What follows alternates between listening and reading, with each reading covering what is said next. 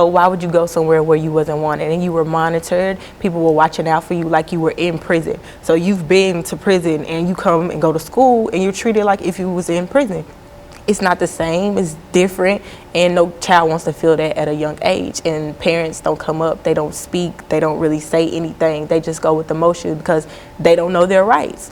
And for me, it was different because I had people speak up for me. They were very verbal, and what they said, they got their point across, which made it different for me. So after he was murdered, I was going through a really tough time in my life, and I couldn't find the balance with school and just juggling everything. And I was involved in an incident in school where I had played a part in a fight, but the principal had took statements and students said that I didn't, and I wasn't proven guilty, but I was still pushed out of school because they interpretation or vision changed of me because I was involved with it.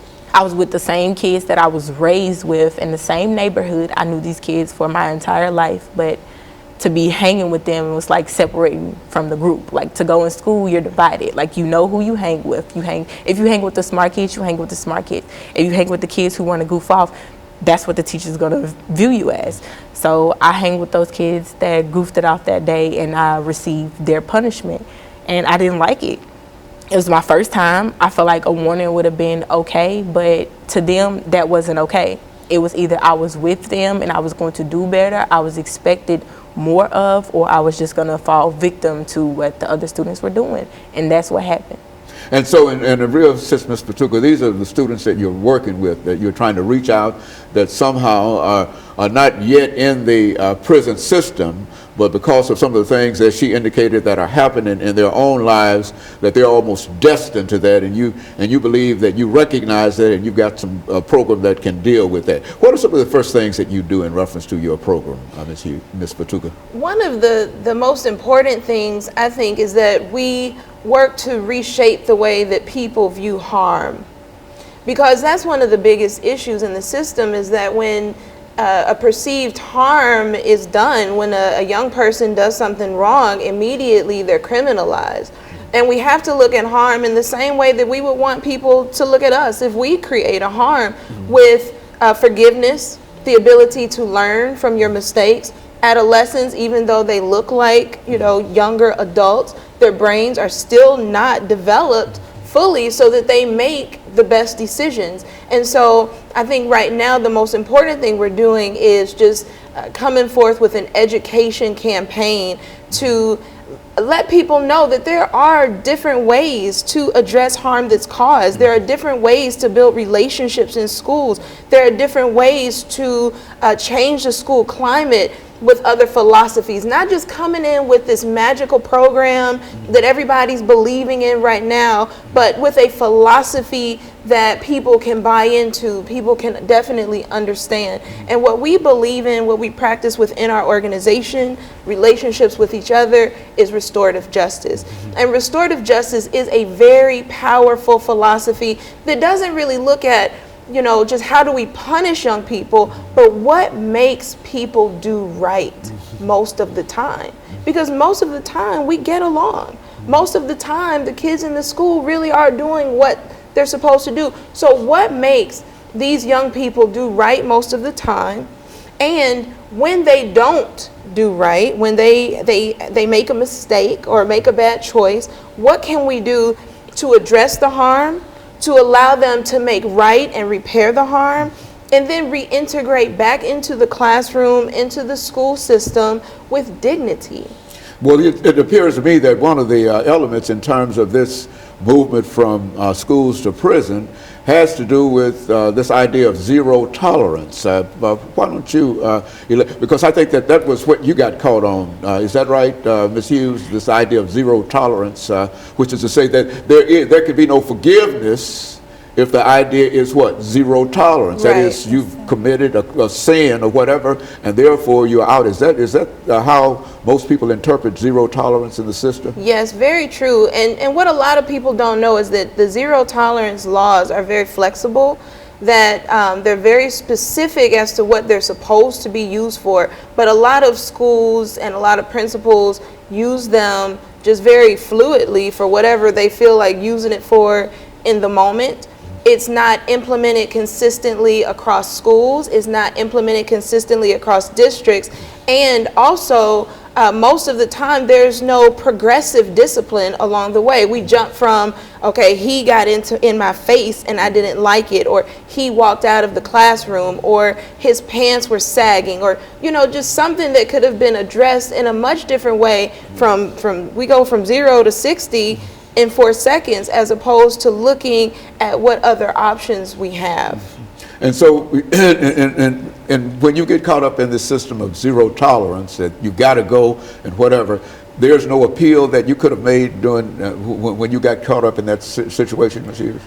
Yes, sir. It was an appeal. It was like, actually, I was out of school for 6 weeks, so I couldn't even go to another school. So I was just basically homebound. And so you zero tolerance sent you home for 6 weeks, and with the expectation of what happened.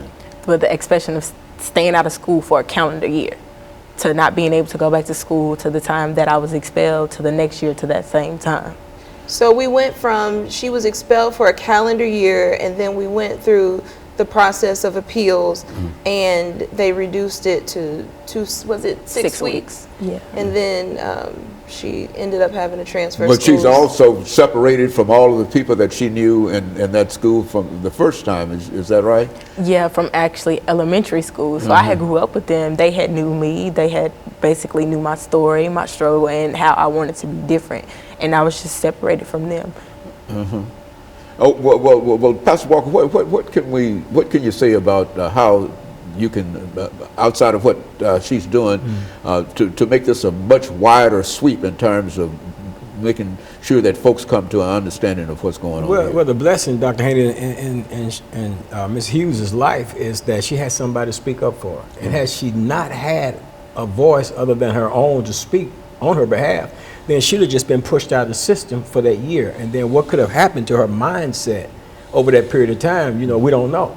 But we're thankful that she did have some people that will speak up for her and challenge, you know, like Rashida said, we're not fighting the system, but challenging the system to do what's right. And if principals have the leeway to be flexible with this zero tolerance, then why are they not doing it? You know, why are they so quick to rush to judgment, to push somebody's life down the drain? And, you know, my only response to that would be, of course, this prison industrial complex, this privatization of prisons, and the monies, you know, people are exchanged on the stock market now. So if we got this system in place, which is another thing needs to be dismantled, this privatization of prison. Because I mean, now you got judges and everybody getting caught up with selling, you know, people into the prison system. Then you got the school to prison pipeline, which definitely got to be challenged, got to be broken up, so that we can stop people from being funneled from the 3rd grade, identifying the 3rd grade. Very good, going to the prison. Absolutely. Very good. And of course, let me thank the 3 of you for coming by, Ms. Hughes and Ms. Patuka, and Pastor Walker for giving us that excellent information. And I think that it sort of laid the foundation for folks to see things a little different in terms of what is really happening in the system. And of course, we'll be back with our audience next week for another informative edition of Comments. Thank you and good morning.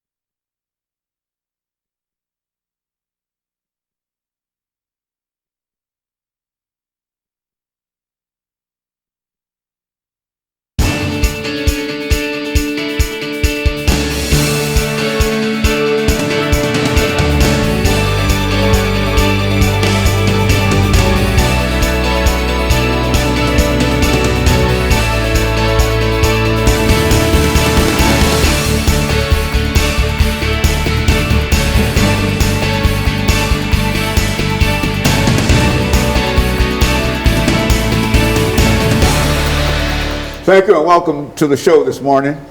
The topic this morning is From Schools to Prisons, Breaking the Pipeline, Part 2. And we're fortunate to have with us to talk about From Schools to Prisons, Breaking the Pipeline, Ms. Rashida Fatuga and Ms. Sharice Hughes and Pastor KWalker.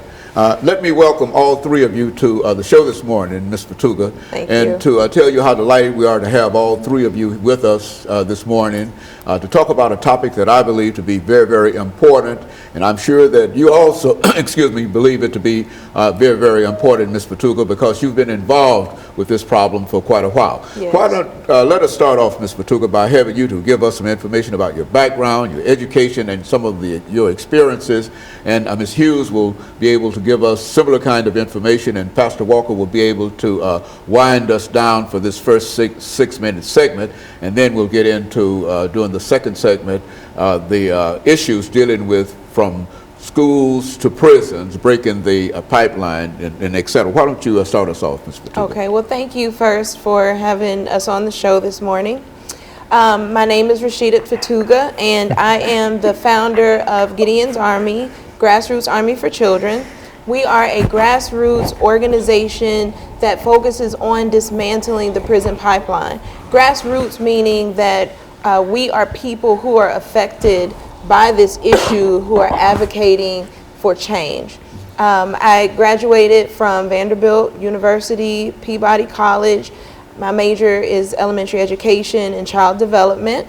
And I love Nashville so much that I decided to stay and really just give back to this city because I was given so much as a student in college. And so I stayed and became a school teacher at Metro Public Schools for 7 years. And then I left the school system and just started to really do a lot of research to understand a lot of the issues that I saw our kids having once they got out of elementary school and into middle school and high school. And I came to understand that there was a systemic issue that really needed to be addressed. Very good. Now, Ms. Hughes, what about you? Give us some information about your background, your education, and in a real sense, how you got to where we are now. Okay, well, my name is Ms. Hughes, and I'm part of Gideon's Army nonprofit program, and I deal with mostly the teens, and I do little events called Peace Project. So every month we just come up with something to do, team-based, everything run by teams. I am a senior in high school this year. I'm getting ready to graduate, and pretty much everything I do is Gideon's Army. And so this is your last year in high school, and what are you planning on doing beyond high school, Ms. Hughes? In the summer, I'm going to get my CNA license for nursing and my dental programs, and I'm going to attend school for 2 years to get my associates and hopefully transfer to Vanderbilt for my 4 years. And of course, Pastor Walker, you know these two persons quite well, and why don't you, in addition to telling us how you became involved in this issue per se, why don't you tell us something about the two of them? Well, you know, Dr. Haney, personally, I'm interested, my interest is in people who are interested in helping people. You know, that's the whole calling on my life. You know, I came from a background of drug addiction. Spent 17 plus years of my life in active drug addiction and the like. Spent time in the prison system, and you know, and God called me into ministry. And as a minister, you know, my heart is for people. As a compassion within me for people, to reach out to people. So when I see other people who are genuinely reaching out to people, who have a genuine concern, because yeah, there are people out here that are reaching out, but they're not reaching out with a genuine concern as far as to the outcome of the people whom they're reaching to. Let me give you an example. You got people that are served on a soup line, but they're complaining and grumbling all the while they're on that line. They're just doing it because maybe their churches have they're gonna have a day to serve the homeless somewhere, and they just on the line, but it's not really in their heart to do it. So when I find people that's got this in their heart, you know, that's why you see me on your show oftentimes with different people, because these are people that I know that have a sincere desire to help other people. And then when I met Rashida some time ago over there in the NAACP office over on Jefferson Street, and she began to talk to me at that time about some of the things that she was doing and some of the things that she was ready to do. She was explaining to me some things about Gideon's Army, and somehow we got disconnected for a period of time. And then I got an email about an event that she was having concerning the school to prison pipeline, and I immediately wrote that on my calendar, immediately responded to her email, guaranteed her that I would be there. Not only did I come, but I brought another one of my associate ministers with me from the church, had another one scheduled to come. So I'm genuinely concerned with what they're concerned about. Very good. And of course, we're going to take our first commercial break, and then we'll have Ms. Hughes to give us some information during the second segment. And we'll be back with our audience following this very, very short commercial break.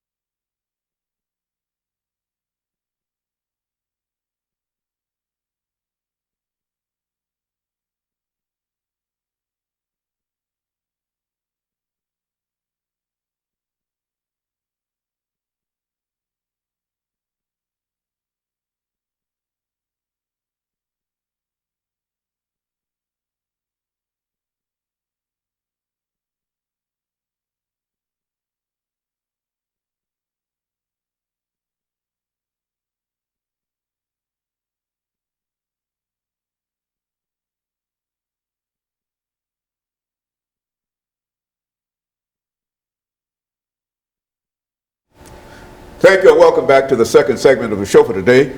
We're talking to Ms. Fatuga, Ms. Hughes, and Pastor Walker, and the issue is from school to prison, breaking the pipeline.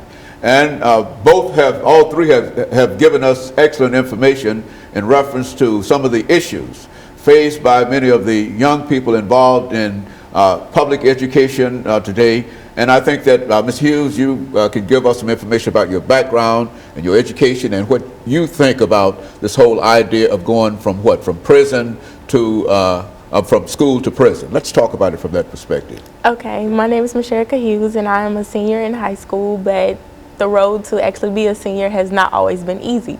I have always been faced with conflicts and obstacles to get over, and let's just say the school system has not made it easy for me.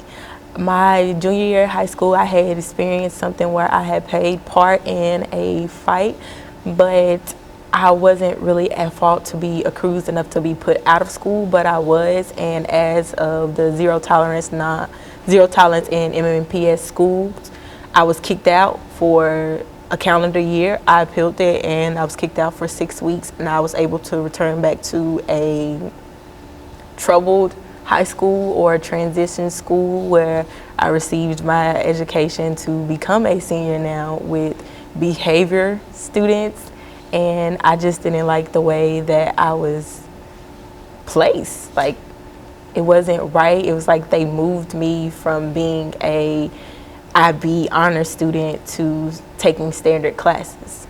Do you find, Ms. Fatuga, her story familiar in terms of these transitional schools and transitional kind of situation? And say something in reference to that. It's very familiar.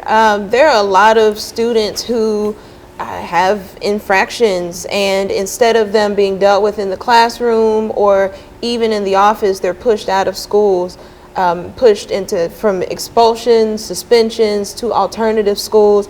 I do know that Metro Public Schools is working on their alternative school program, and I want to acknowledge the work that they are doing and the support that they've even given to Gideon's Army as we get out in the community and do the work. However, right now there is an issue, and it's a national issue. It's not just Metro Public Schools, it's not just the state of Tennessee, but nationally there's an issue with zero tolerance where our students are being pushed out for a lot of reasons that are ridiculous, and they are not consistent across race. They're not consistent across the school districts, even across schools, even as it's dealt with from teacher to teacher. What the research does say is that kids are funneled out of the classroom and into the office at an unfair rate. And once they get to the office, it's pretty consistent how they're suspended and expelled. However, we know that this definitely affects Black children, especially Black males, more than any other demographic. And that's when you control for behavior, for socioeconomic status. So it doesn't necessarily matter what they've done or what their economic status is, it's still very racially biased, and it's not necessarily white teachers doing this to black children.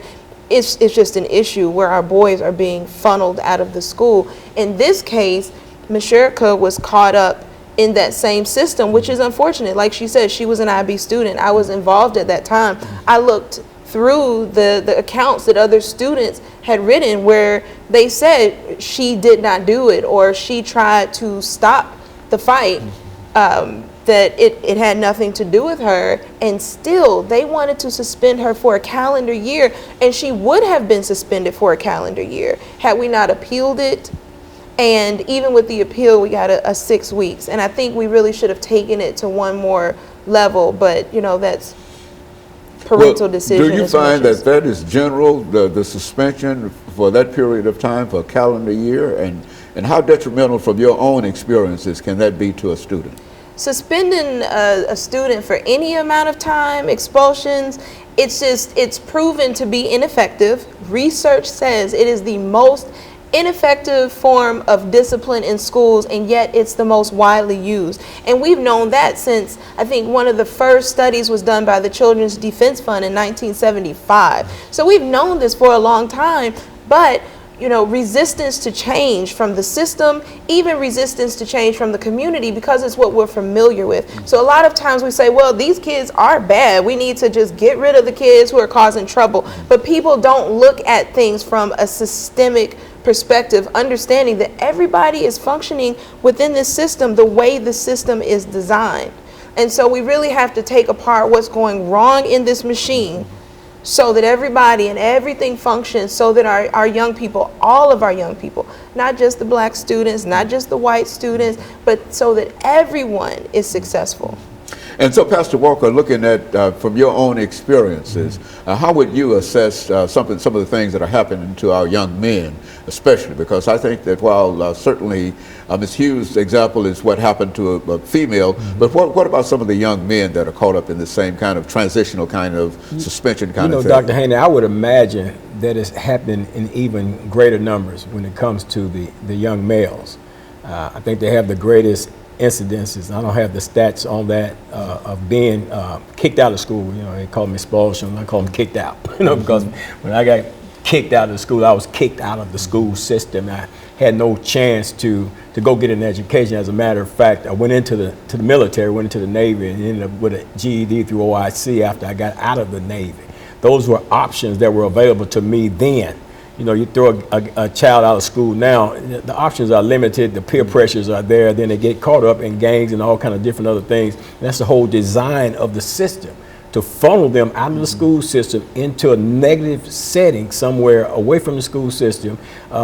You run into a lot of young black males, especially through my time going in and out of the prison system. I'm constantly out River Bend prison. You got to run into a lot of young black males that can't read, can't write.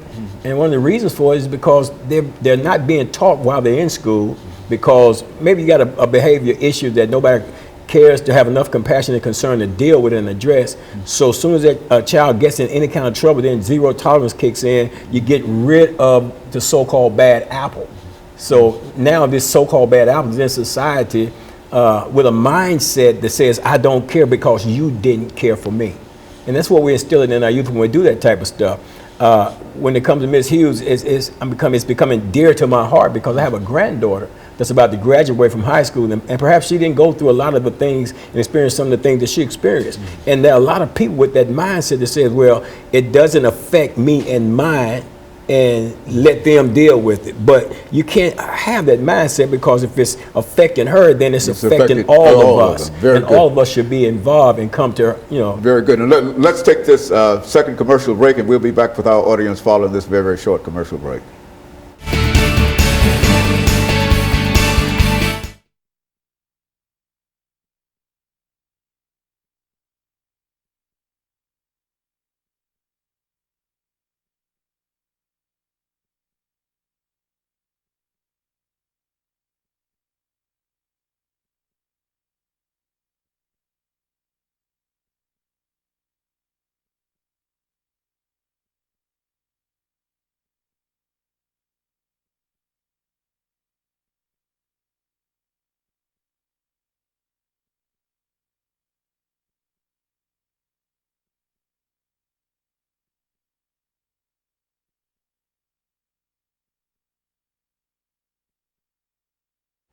Thank you and welcome back to the final segment of the show for today. We're talking to Ms. Patuka, Ms. Hughes, and Pastor Walker in reference to some of the issues involved with young people getting caught up in expulsion and eventually ending up in the correction system. And of course, Ms. Patuka, let's look at some of your experiences in terms of what we're talking about here today. Okay. Well, I think one thing that I did want to bring up is that there are a lot of things that can be done to stop and destroy the prison pipeline at its roots. We've done a lot of research, and so we understand that number one, zero tolerance policies have to be addressed. The juvenile court system is going to have to be restructured. We can't just continue to bring in different programs and put bandages on the situation. We have to restructure the program, which is actually, it's called BARGE, Balanced and Restorative Justice, and it's recommended by our federal government, but it's something that we have to do here. The other thing is looking at how our young people are policed and reshaping how we view harm and how we allow our young people to make mistakes, to learn from their mistakes, and to repair the harm that's caused. Does that mean that we'll just stop suspensions and expulsions altogether? No. Does it mean that we'll keep every single child from being incarcerated? No. But there are definite things that we need to do so that we can make these changes and save as many of our young people as possible. And so we're launching a really big campaign. The young people have named it Set Your Own Bars. That they don't have to answer to these statistics. They don't have to become a statistic. They don't have to prescribe to the youth violence and all of these things. And they don't have to bow down to this system of oppression of this actual prison pipeline that's funneling them, that they have the power to make the changes that need to be changed. And so phase one, which is what we're in right now, is educating the community and building a stronger base of young people to participate. We've got some really amazing high school and college students who are leading the way, paving the way, but we can always use more. We can always use more hands. And who knows better what is happening than the young people who are in that system? Ms. Hughes, when you think about some of the things that Ms. Patuka has said here, can you build your own experiences into how you felt when you were expelled from the school system? I mean, what kind of emotions overwhelmed you during that time, and how long did you feel depressed and et cetera in reference to that? And what negative impact do you think that this had on your life? Well, I think the negative impact that it had on my life was it took me away. It took me off track. I wasn't able to finish and have the grades and apply for the colleges that I wanted to, or attend the things that I wanted to attend as a senior. I haven't been to prom. I haven't really did anything senior-wise, like senior week or anything like that. But I think when she said us naming our campaign Set Your Own Bars, even though that happened to me, I have always set my own bars. I have to want more for myself if no one else wants it for me. So we're just doing things with teens to get them out so they can be able to set their own bars. Like, it's a difference to set bars for somebody, but to set them for yourself and to want that for yourself is different. It's nothing wrong with having encouragement or someone to back you up, or just friends, someone to lean on, a shoulder or anything. So we have peace projects going on, and we're meeting every once in a while, and we're just coming up with strategies on how to deal with life in general. It's team-based. Everything is done through teams, by teams, and we're just looking for great ways to motivate people who want to be different and expect more, and who's willing to set their own bars. So would you say that the very fact that you were expelled for this period of time and that part of your academic educational career had such a negative impact on you that it was very, very difficult for you to overcome, and evidently you've overcome all of that, not perhaps all of that, but many things in your life before, up until now. But do you think that had a tremendous impact upon you deciding to come back into the system? Were you led by Ms. Patuka? How did you simply overcome all of that, pull all of that together? Well, it was very hard because it was a gap between my reading and what I knew was best, and what I knew I could know in the future that would help me. And it was just a gap between my GPA, my ACT scores, everything was just a gap. And it's like, how could you put something back together if it's a gap? So just coming back to school, it was difficult, but I knew it had to be done, because if I don't have my high school diploma, how would I manage to get a great job in the future, or go to college if I want to do that, or even receive a higher paying job? So it was difficult, but it was all worth it. Like, Rashida helped me out. It was a bunch of college students who talked to me, different people that I got to meet, and just to hear their side of the story and what they go through and how they didn't stop. I was just stay persistent. And so you think what you're talking about now can have a real impact upon a large number of other young people who might be caught up in this transitional school kind of situation? I think so. If they're willing to do it, then why not do it? It's nothing wrong with doing it with someone who's doing it like you want to do it, and just doing it together. So I think it will have an impact on them. But if you're not determined, if you're going to play around, those are not the people we're looking for. We're looking for people who's really willing to set their bars and do better in life. So that's the name of the program, Set Your Bars. In other words, determine where you want to go and what you want to do. Is that what we're saying here? Yes, sir. Where you want to go and where you want to be in life. How you want to be viewed versus how someone views you. Pastor Walker, and I think we've got about 3 minutes before we end this show for today. But in a real sense, I think that this program, if replicated generally throughout the metropolitan system and everywhere else, would have a very, very positive impact upon many of our young people. Would you say that from what you know about what they are doing? Well, I know for sure that the impact that it may have had on her, and her ability, her resilience to bounce back from it all is not something that you may find in a lot of the students, that they're going through this and experience this thing right here. Fortunately for her, she has that within herself, and then she had a support system around her to help her to be able to navigate her way through this. And then they brought down the standards and stuff like that, even set roadblocks when she got back somewhat into the system.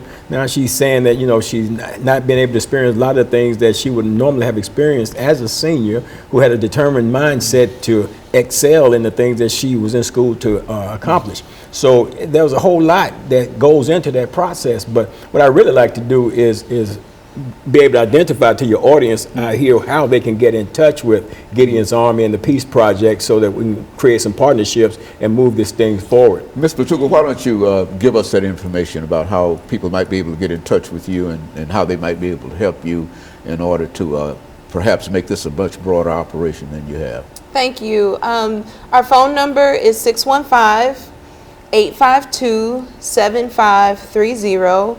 And our email address is onearmyunited, that's ONE, armyunited@gmail.com.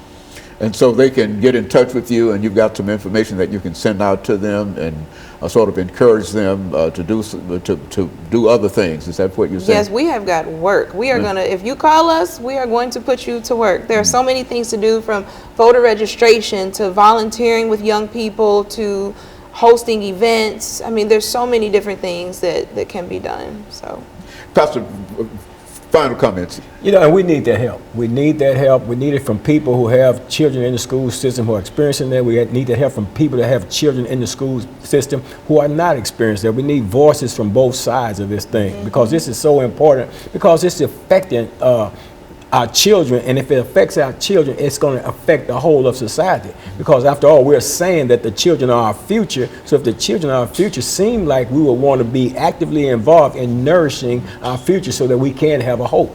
So I'm encouraging people to get involved. Call the number, get involved with Gideon's Army, and let's make a difference. Let's do something instead of just sitting around complaining and talking about our youth. I mean, our youth are caught up in the school system, man. They're putting them on all kind of ADHD medication. Dr. Haney, when I was an intravenous drug user in the prison system, I used to shoot Ritalin.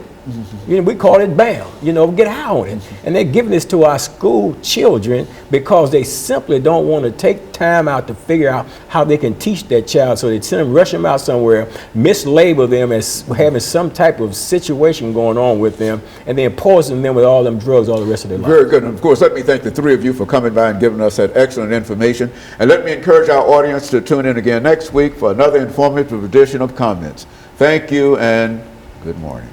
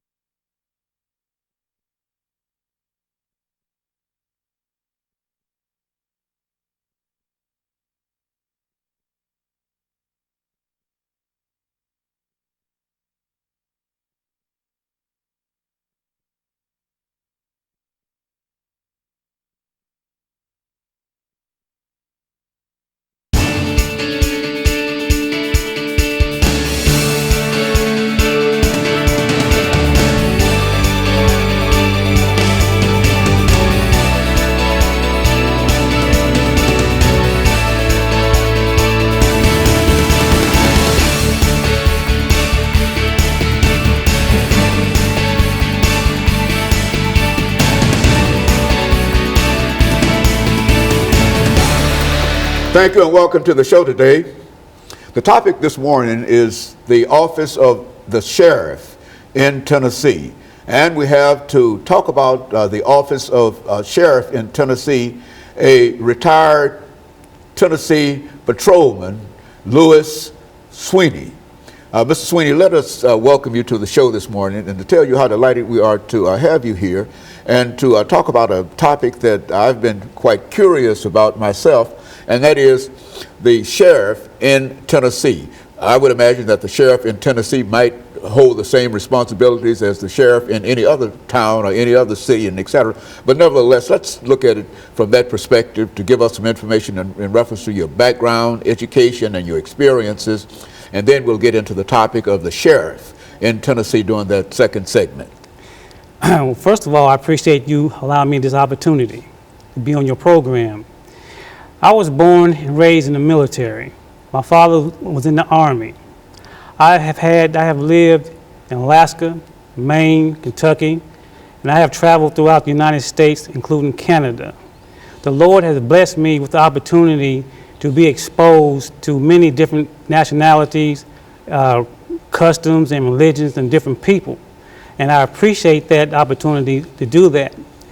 Also, in 1968, my dad had to go to Vietnam. That's what got me to Tennessee. My family their family is majority are from Tennessee. That's what got us here. So when my father returned from Vietnam in 1972, I joined the Army during the Vietnam War. I was a military policeman. And after that, when I got out, I was honorably discharged from the military police in the Army. Then I attended TSU. And my major was in criminal justice. Then I got hired by the Department of Youth Development of Tennessee, which was a juvenile correctional institution. I stayed there for about almost 7 years. Then I was a dormitory supervisor at that time. Then one day I had to take a subject in Murfreesboro at MTSU. Then one day I used to pass by the sheriff department in Rutherford County going to class. Then one day something told me just go in there and fill out that application. So I tried to follow my instincts. I went in there and got hired on the spot. So I became a deputy sheriff. Then after about a year, I returned back to Spencer Youth Center. I got promoted in the mid-management position. Then a year later, I was hired by the Tennessee State Department of Safety. I was a special agent, and I was assigned to work at the state capitol. Then in 1991, I was promoted to the trooper position. And that's when I had transferred to, assigned to Murray County, Columbia. Well, while in Murray County, in 1991 when I got there, I was proud of myself. I was the only black trooper in the whole district and out in the county. So that was a good experience right there for me. Then after that, I think it was 1996, I joined the Tennessee Army National Guard. I became the first person in my lifetime that I'm aware of has been out of the service for 23 years to get in the Army National Guard. I was a combat military policeman then. Then also during that time in 2000, I wrote a book. So that was my first time writing a book titled The System of Things. So in 2006, I decided to get in politics. And by the way, during that time I had graduated, so I got a BS degree in criminal justice at TSU. So now I decided to get in politics. So I ran for county commissioner, and then in 2010 I ran for sheriff in Murray County. And also during that time I had wrote another book titled The System of Things 2, True Justice Went to Hell. So I've been kind of busy. Then after that is when I got another degree. I got a associate degree in digital audio production.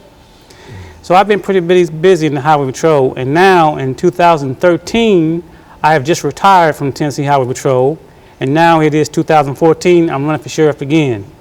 Very good. Of course, that's excellent information in reference to your background, your education, and some of your experiences. And so what we're going to do, Sweeney, is to take our first commercial break. And then when we come back, since you have indicated that you are interested in the office of sheriff, we're going to spend the next segment talking about the office of sheriff, not only in Murray County, but how you see that position as being an office of the sheriff. And we'll be back with our audience following this very, very short commercial break.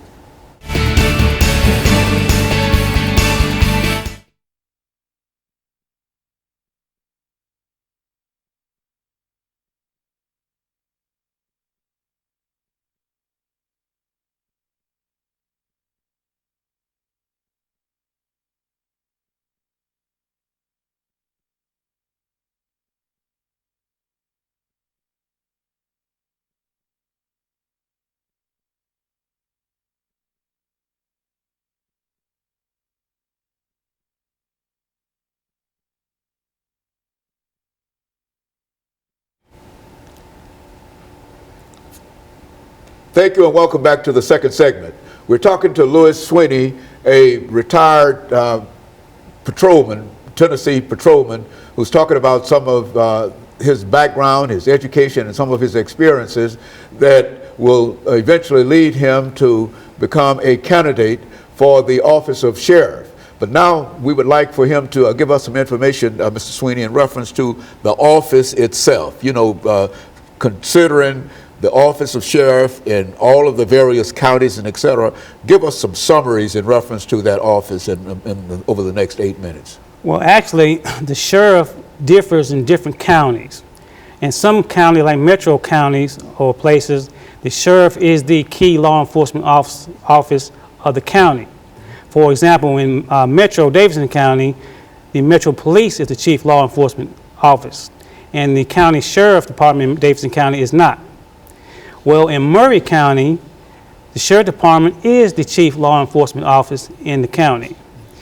And the sheriff operates according to the Constitution of the United States of America, and that's what they answer to, and they also according to the federal laws, state laws, and local laws.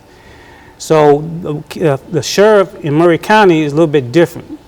And the sheriff works with different departments, agencies, government, that comes to ask for assistance. So that's one of the functions of the sheriff department in Murray County. And so the sheriff's office is very important, but it's not the chief law enforcement agent in Murray County. Is it? It is the chief. It is the chief. Mm-hmm. But in some counties, it's not. And therefore, when you have a police situation, that is the chief of police and a sheriff's office. Now, what about this thing about the sheriff being in charge of the jail? I've often heard that said in reference to various counties. Is that the responsibility of the sheriff? Well, in Murray County, there are 3 city police departments. There's the Columbia Police Department, Spring Hill Police Department, and Mount Pleasant Police Department. Now, they are connected with the city. Now, the sheriff department in Murray County has 2 functions.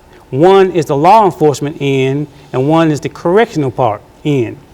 And so that's why you often think of the sheriff as being involved with the jail situation. Is that what we're saying? Exactly. Uh-huh. Now, again, in some counties, that's all the sheriff department does concentrate on is the jail, but not in Murray County. But not in Murray County. It's a little different in Murray County than now. Do you think that that's to the advantage of the sheriff's office? Is it because of the size?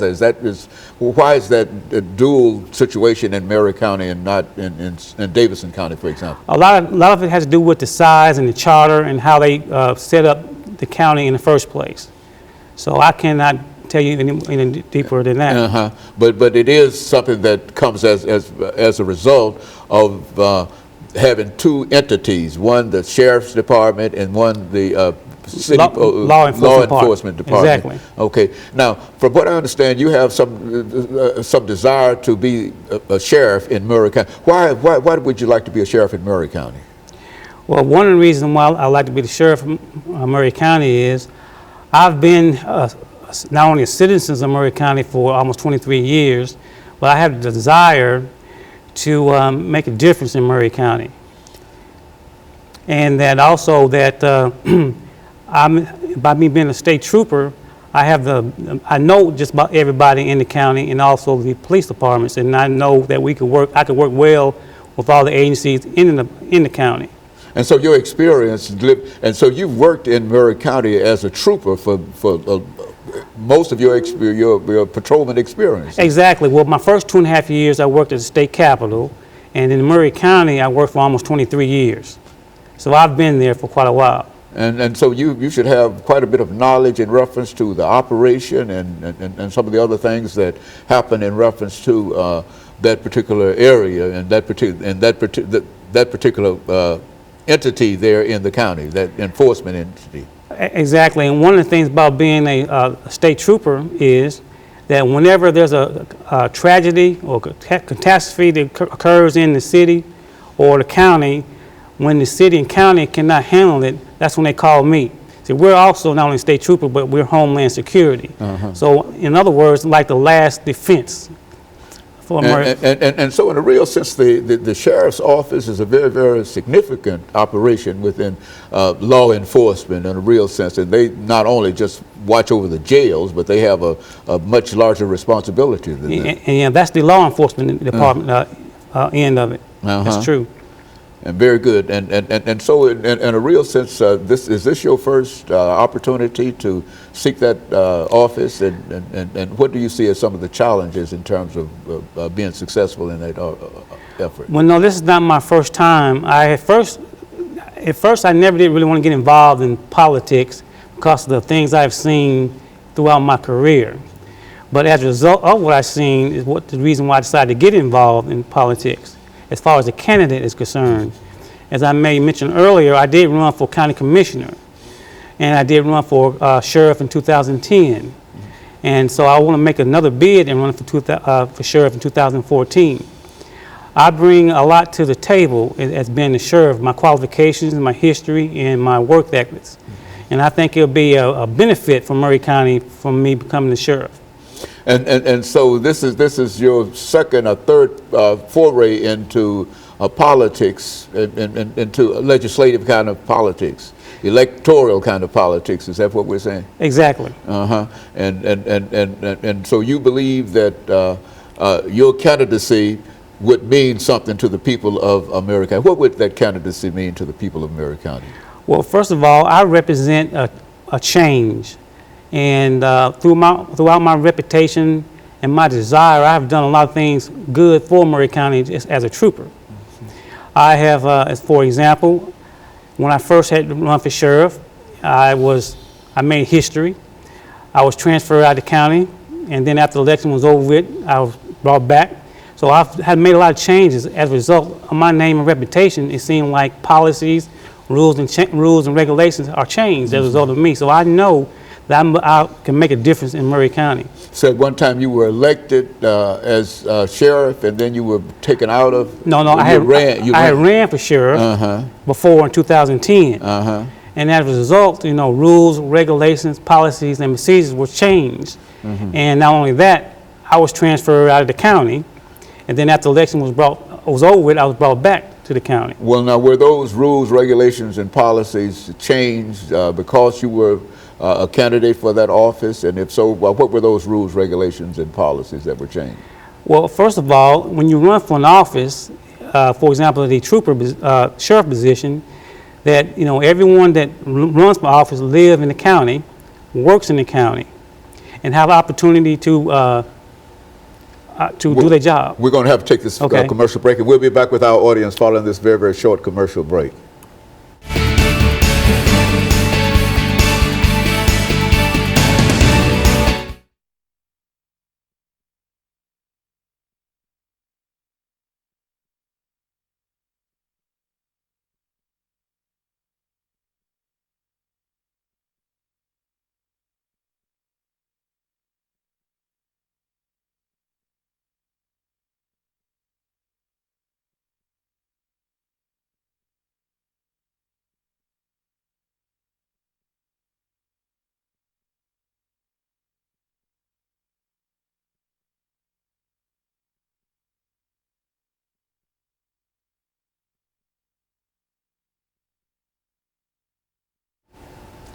Thank you and welcome back to the final segment of the show for today. We're talking to Mr. Louis Sweeney, who is a candidate for the office of sheriff in Murray County, Tennessee, and he's given us some information in reference to the office of sheriff. That is not only the position, but the office that is designated by the state constitution in terms of a person being a sheriff. And of course, Mr. Sweeney, let's pick up where we left off the last time, and to give you an opportunity to talk about some of the challenges and some of the changes that have been made in reference to your efforts to become a candidate for the office of sheriff in Murray County.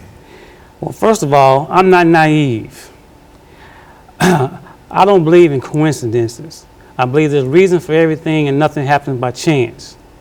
When I first found out that I was going to be assigned to Murray County, I did my research. And according to my research, I had discovered that in 1946, that's where the race riot started in Murray County. And that's where slaves were sold. And that's where the good old boy mentality is deep rooted. That's where crime and unsolved murders was a common occurrence. And not only that, I discovered that Murray County borders Giles County, and according to history, that's where the Ku Klux Klan originated from. So having said that, I had to rely heavily upon my faith in the Lord and the blessing that I was given to have the opportunity to be born and raised in the military and to be exposed to different nationalities, customs, religions, and people of color of skin. So I believe that the Lord had prepared me for that challenge. And also, as far as my human nature was concerned, I was proud of the fact of being the only black trooper, not only in Murray County, but the whole district. Now, having said that, I believe the challenge was more on the citizens of Murray County than me, okay? So having said that, and I've always wanted to make a difference in Murray County. I've always wanted to be a champion for Murray County. And again, that's one reason why I decided to get in law enforcement, in politics as a candidate. But I will admit that it didn't come easy. And for example, in 2006, when I ran for county commissioner, the rules and regulations was changed and policies was changed. And then in 2010, as I mentioned earlier, I made history again. Rules and regulations and policies and procedures was changed, and I was even transferred out of the county, and then of course I was transferred back in the county. But those changes didn't really bother me too much because in a way I felt proud that little old me will cause the system there to change things that they haven't done before. So I was proud of that. So you think that that when you ran for office the first time, that somehow the powers that be or other forces that however we might identify them, were in opposition to a person like yourself being a sheriff? Would you say that it was that blatant and that outlandish? Well, I would say so, especially me being the first and only one to ever been done like that. But again, what has happened to me has been said and done. And again, I look at that as a mission accomplished for me, that I was able to survive it. And I feel like, and by me being able to survive that, it's showing not only the citizens of Murray County, but everybody else that hey, I can handle it. I can handle the changes that come through. Now, I will say, for example, now, I'm not going to say the other candidates that are involved in this race, which one is from an ex-city police officer, two are currently involved or working for the sheriff department, and one is an ex-county officer of Murray County.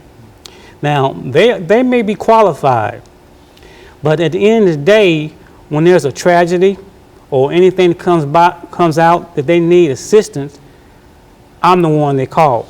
And so your 20-odd years involved with the State Patrol, right? Tennessee State Patrol. you believe will be significant in terms of how you will be able to handle what goes on in the sheriff's office in Murray County. Is that what we're saying? Exactly. Again, one thing about it is I've been there almost, 23 years, okay? And I know every officer in the city, county, and I can say the state because it was only a handful of us. You almost have to. Well, yeah, just a handful of us. As a matter of fact, many times I'm the only one working the whole county. So it takes a tremendous responsibility to be a trooper. That's why not everyone could be a trooper. And the majority of city officers and county officers, that's their desire to become a state trooper. But it's not easy. There's a lot of responsibility being out there on the road by yourself. And see, it's not like that I could call a supervisor if something comes up. I got to make that decision. And the decisions that I have to make could be just as like the decisions a sheriff might have to make, because it's easier to be said than done. I have been battle tested. I know how things go.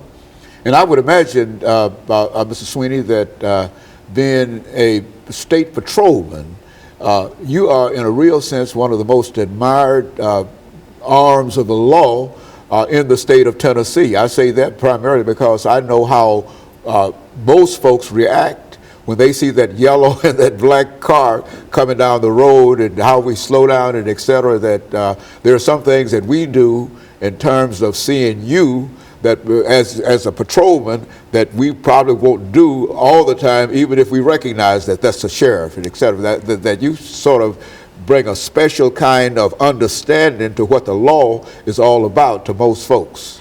And that's true. I'm gonna give you a city detective. They had a trial one day, and they were getting ready to prosecute this this woman. And what happened was the detectives, they broke in this woman's house, and she said that she filed a lawsuit because she said that scared her child, okay, into a trauma. And just so happened that one of the detectives said, "Do you know Trooper Sweeney?" And the little girl said, "Have you ever met Trooper Sweeney?" And the girl said, "Yes." "Well, you weren't afraid of him, were you?" And she said, "No." So the city was able to win the case by that. I have a good reputation in town. Everybody in the town knows that I'm a fair man. I treat everybody equal, regardless of their status, position, or wealth. That's the way I am. And one of the reasons why I want to become the sheriff is I want to be in a position so that whoever come in my department will know they've been treated fair and equal and have an equal opportunity to advance. They'll get that with me. And you think that the people of Giles, not in Murray County and Giles County, the next adjoining county, will play a significant role in how they perceive the Tennessee Highway Patrolman when they look at you? Well, one of the things they always say is slow down in Murray County because Trooper Sweeney will get you. Now, and having said that, that's true. I will get you, but I'm one of the most lenient troopers of them all. Because just because I pull somebody over doesn't mean they're going to get a ticket. And I'm one of those troopers that explains things to you. This is the reason why I stopped you. So another, I may give you a ticket, but I'm going to explain to you, hey, this is why, so maybe you won't do this again. Very good. And let me say, over the last minute and a half that we have here, Mr. Sweeney, that your candidacy will begin. When are you officially running, and when will there be a vote in reference to what you're doing? Well, I am officially running now. August the 7th is the election day. And again, what I would bring to the Murray County as a sheriff is a change. A change that's really needed in Murray County. Very good. And of course, we've got about 40 seconds before we end this show for today, Mr. Sweeney, but I think that you've given us some excellent information in reference to the office of the sheriff, because I think that most of our viewers like myself, or perhaps many of our viewers like myself, might know the difference between a sheriff and local officials, but we really don't understand the relationship between those two entities. And I think that what you've given us today is an excellent example of who the sheriff is, and who the patrolmen are, and who the local officials are. And I want to thank you for coming by and giving us that excellent information. And let me encourage our audience to tune in again next week for another informative edition of Comments. Thank you and good morning.